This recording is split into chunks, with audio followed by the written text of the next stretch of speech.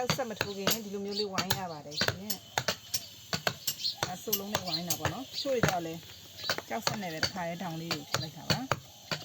ဒါကြောက်ပြင်၄တောင်ကြောက်သုံးကြီးကိုဒီလိုမျိုးဝိုင်းလာတာဆင်းပြီးဒါဒီလိုမျိုးဆက်ကလေးနဲ့ဆက်ကလေးအလေးကောင်မှာပေါက်ဖောက်ပြီးဒါမျိုးလေးဝိုင်းထားပါနော်ဒီအရာလေးတိုင်းဝိုင်းရတာပါရှင်ဒါမျိုးလေးပေါ့နော်အရာလေးတိုင်းဝိုင်းရတာပါ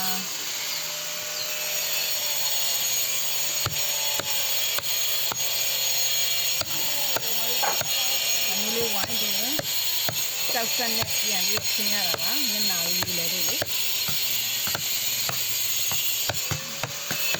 ဒါဆိုလုံးလေးဒီလိုက်ရလေးနဲ့ဆိုရတာပါလိုက်ရကလည်းကောင်းမှလည်းမကောင်းရင်လက်ဖြူနေနော်ဒါတော့ဒီမှာဒီလက်ဖြူလေးမှာလို့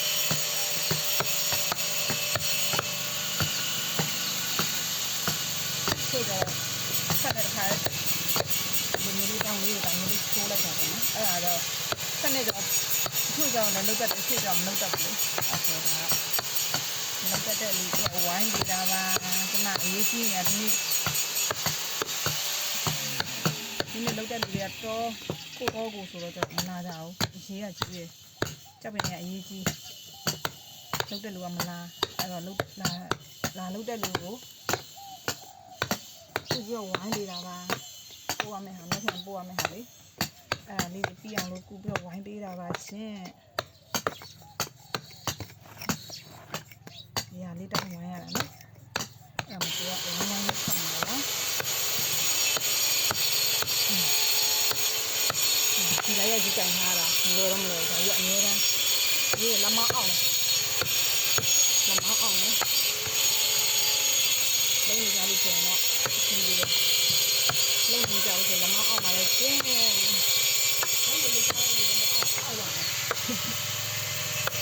နေကြလို့တော့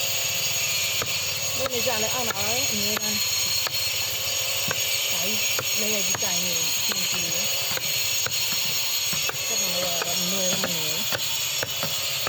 လွယ်တော့ဘယ်ဟာမှမလွယ်ပါဘူးရှင်းနေရတဲ့အလုပ်ပဲအလုပ်မှမလွယ်